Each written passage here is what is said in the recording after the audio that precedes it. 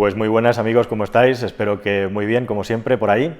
Ha llegado el momento de explicar un poco lo del Ford Puma, que ya hace tiempo que lo anuncié y se iba pasando. Os cuento un poco cómo está estructurado este vídeo. En primer lugar, os voy a presentar el Ford Puma tal cual lo tengo ahora, no lo he tocado desde que lo compré. Vais a poderlo ver y ver los muchos defectos que tiene, aunque el coche está bastante enterito también, como os contaré. En definitiva, os compraré el Ford Puma, os explicaré su estado y una vez que ya lo conozcáis y conozcamos el estado en general del coche, en segundo lugar, os voy a contar el secreto, el verdadero motivo por el que me he comprado el Ford Puma, que está relacionado con otra versión del coche. Una vez que os haya contado el secreto y habéis conocido el coche, pues lo que os voy a contar a continuación es qué es lo que quiero hacer con el Puma, que ya va a quedar bastante claro según vayáis viendo el vídeo. Y al final, pues os contaré un poco las dudas que tengo, las compartiré con vosotros. Así que nada, si os parece hay bastante tajo, vamos a empezar y os presento el coche, ¿de acuerdo? Venga, vamos a ello. Pues ahí lo tenéis, un Ford Puma 1.7, la versión más potente que se vendió en España, de 125 caballos, del año 2002, de los últimos que se hicieron.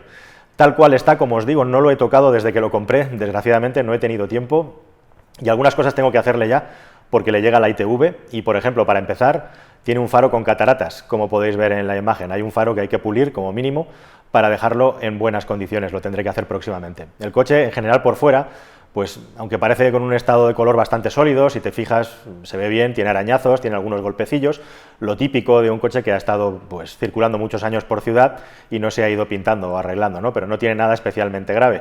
Una parte del paragolpes delantero cuelga un poquito. Al margen de hacerle trabajo por fuera, bueno, pues ya veis el estado del coche, en general está bastante enterito, esa es la tónica general del coche, es un coche trillado, trabajado, pero que está mecánicamente muy entero. Pertenecía a una familia, lo han utilizado varios miembros de una familia, pero no ha salido de la misma casa, y el coche, a pesar de que tiene trabajo, como digo, está bastante bien por dentro. Las dos peores cosas que tiene no se pueden ver a la vista, pero os las explico y os las enseño. Una es que la ventanilla del conductor no baja, está rota, va a haber que abrirlo, va a haber que ver cuál es el problema, supongo que es el motor, habrá que arreglarlo, habrá que buscar uno.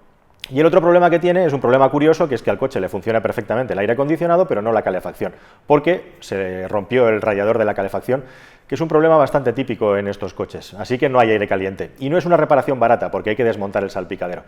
Así que, bueno, pues habrá que trabajar en ello también y buscar uno y hacerlo. Hablando de eso, otro defecto típico de este coche era un problema de refrigeración que tenía, los manguitos se quemaban y de hecho Ford tenía preconizado un cambio de kit de manguitos, que valía un dinero por cierto, para que el coche no se recalentara ni perdiera refrigerante, ¿no? Esta unidad en concreto, que es de las últimas, parece que ya venía de serie con ese kit de manguitos, al anterior dueño no le dio ningún problema y a mí de momento tampoco, y eso que ya le he hecho unos cuantos kilómetros, tanto por ciudad de manera intensiva como por carretera, me he hecho un Madrid-Barcelona y viceversa con él. Y nada, el interior es un interior bastante insulso, bastante soso, como podéis ver, esa consola central de plástico malo plateado que se acaba gastando y rayando, con lo cual el aspecto es bastante chungo. Tiene un detalle interesante el interior, lo más reseñable, lo más chulo, es ese rebaje que hay en el asiento del acompañante, que permite que personas que sean muy grandes o no muy grandes, como es un coche muy pequeño, muy poco voluminoso, pues cualquiera se pueda subir ahí y tener una gran sensación de amplitud. No es una solución que se haya usado mucho en la industria del automóvil, pero que está muy bien. Y luego, por supuesto, esa maravillosa palanca de cambios, súper directa, súper rápida, con recorridos cortos y con esa bola de aluminio tan característica, una cosita, un detallito especial Racing, que también comparte con el Street Puma, perdón, con el Street K, y que como contrapartida tiene que en verano te asas al poner la mano ahí y en invierno te hielas al ser de aluminio. Es bastante curioso el asunto, no sé si comprarle una fundita o dejarlo así, yo creo que eso sería un sacrilegio. No me he comprado evidentemente el Ford Puma porque sea un coche que me apasione estéticamente ni que sea un coche que lo tuviera en mente como futurible de colección. Me lo he comprado básicamente por curiosidad y por lo que os voy a contar ahora mismo, que es a donde empieza lo verdaderamente interesante y divertido. Primero de todo, esta es la versión 1.7 de 125 caballos, motor de base Ford, pero con la culata con distribución variable desarrollada por Yamaha. Es un motor muy interesante que tiene bastante fuerza, como os voy a enseñar más adelante, y que mueve muy bien al Puma. Y en la prensa de la época, en todas partes ponían al coche por las nubes a nivel de comportamiento dinámico. Decían que era un utilitario al que les había salido de maravilla Ford. En esa época Ford ya había desarrollado también el Focus, que también era un coche que iba de cine, y sus versiones deportivas como el Street K, por ejemplo, o como el posterior Fiesta ST, eran muy valoradas en general por la prensa del motor como de los mejores en sus categorías. Evidentemente, con 125 caballos no se puede comparar a nivel de prestaciones con GTIs anteriores o posteriores. Hay coches mucho más potentes, desde 130 hasta 200 caballos, coches como el Renault Clio Sport, ¿no?, que aunan muy buen comportamiento dinámico con un buen motor, y este coche por motor está debajo, ¿no?, por debajo, pero era un coche muy ágil de conducir, pero que además tenía un comportamiento muy característico, que es que para la baja batalla que tenía y que tiene, se aguanta muy bien en curva. Es decir, no es un coche en el que la curva en la trasera te vaya redondeando en curvas, ni que vaya redondeando con el volante, pero a cambio es una auténtica locomotora tragacurvas con una dirección muy directa y un tacto muy agradable. No es fácil encontrar esas dos características, que tenga un tacto que te transmite y al mismo tiempo que no sea un coche en el que la trasera se desplace. Eso lo tiene el Ford Puma, por lo tanto es muy fácil ir rápido con él y muy eficiente. Como os digo, en la prensa en todas partes lo ponían por las nubes, y siempre tuve mucha curiosidad e interés cómo era esta combinación de motor-coche, así que encontré una unidad que me ha costado exactamente 1.000 euros en el estado que acabáis de ver, y la segunda parte de esto, y lo interesante, hay que remontarse a 1999. Ese coche que tienes ahí en imagen es el prototipo que Ford sacó en el Salón de Ginebra en el año 99, el Puma ST160. Es el típico coche que se supone que las marcas sacan en un salón del automóvil para ver cuál es la reacción del público y ver si finalmente se saca al mercado o no se saca al mercado. Bueno, pues al final Ford decidió hacer una cosa intermedia, acabó sacando el coche al mercado, pero en unas unidades muy limitadas, menos de 1.000, de memoria te digo que creo que son 500, y además solo lo sacó en Inglaterra, que es con mucha diferencia el país donde más se compran este tipo de coches, estas versiones especiales deportivas. Y así nació el Ford Racing Puma, que es la versión más deportiva que se ha hecho nunca del Puma y como os digo, solamente se vendió con volante a la derecha en Inglaterra. El Ford Racing Puma tenía una serie de características que lo hacían muy especial y era un paso adelante, un salto adelante respecto al Puma 1.7 que yo tengo. Partiendo del mismo motor, se hacían varias modificaciones, básicamente 3, se tocaba el motor para variar elementos, el cruce del árbol de levas, en definitiva elementos de la parte interna del motor, para hacerlo ganar caballos.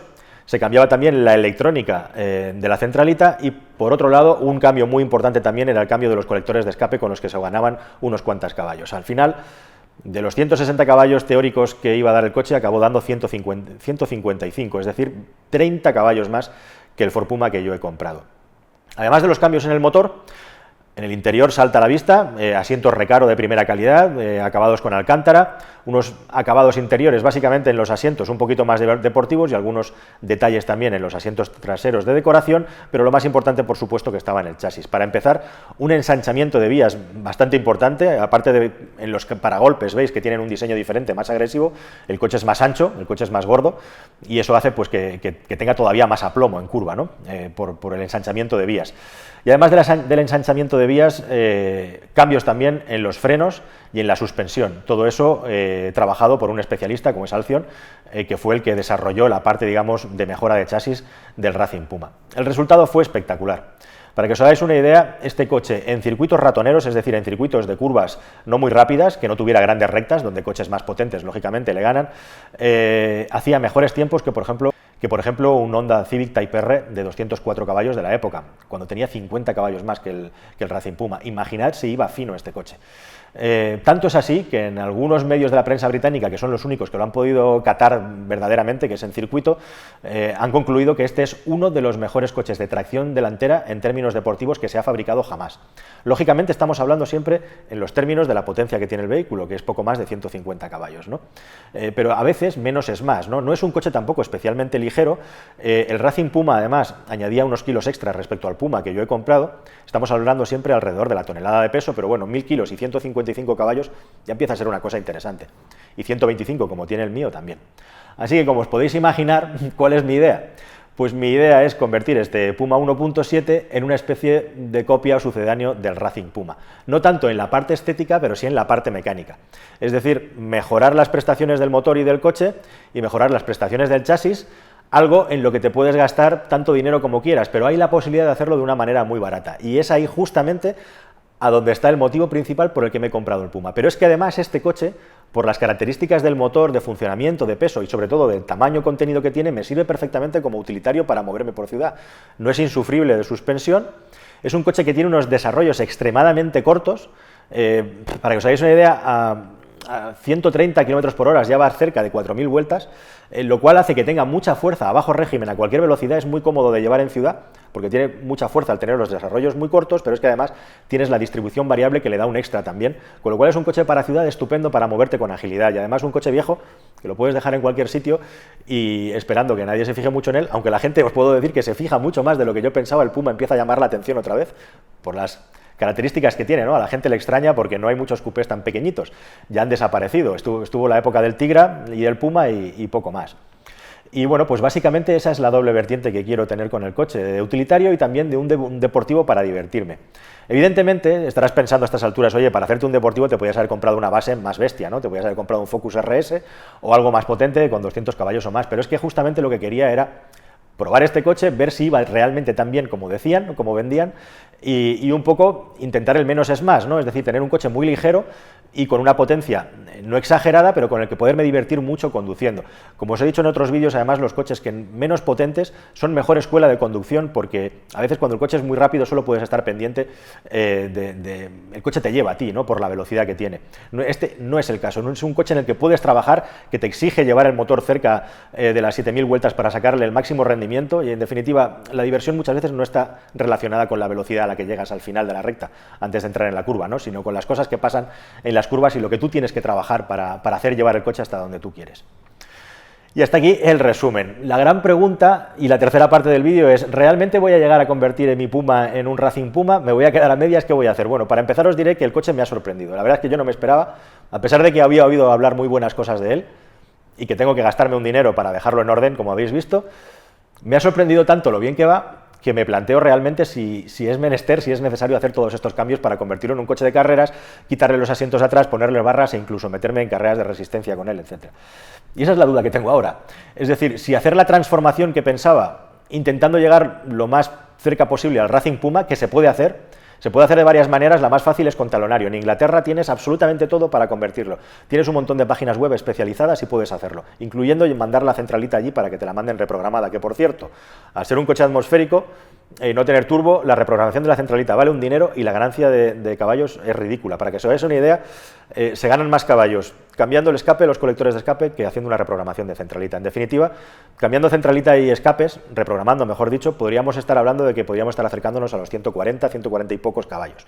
Nos quedarían poco más de 10 caballos para llegar a los 155 de Racing Puma, pero también hay que tener en cuenta que este Puma 1.7 es más ligero que el Racing Puma, con lo cual, si llegas a los 140, 145, me podría conformar perfectamente con ellos. Frenos. Se le pueden poner los frenos del Fiesta ST, que son más grandes y eficientes. Con eso tienes una mordida impresionante y ni siquiera se nota, sin ningún problema. Y luego le pones una suspensión pata negra, la que quieras, tanto dinero como te quieras gastar, y tienes un auténtico juguete para divertirte con él, como escuela de conducción, para seguir aprendiendo, y además que puedes dejar en la calle aparcado pues sin mucho miramiento, incluso lo puedes dejar así de abollado y rozado, porque a mí la verdad es que el coche no me lo he comprado porque me parezca bonito, pero bueno, pues al final, cuanto más rozado está y menos limpio y demás, pues menos llama la atención, ¿no?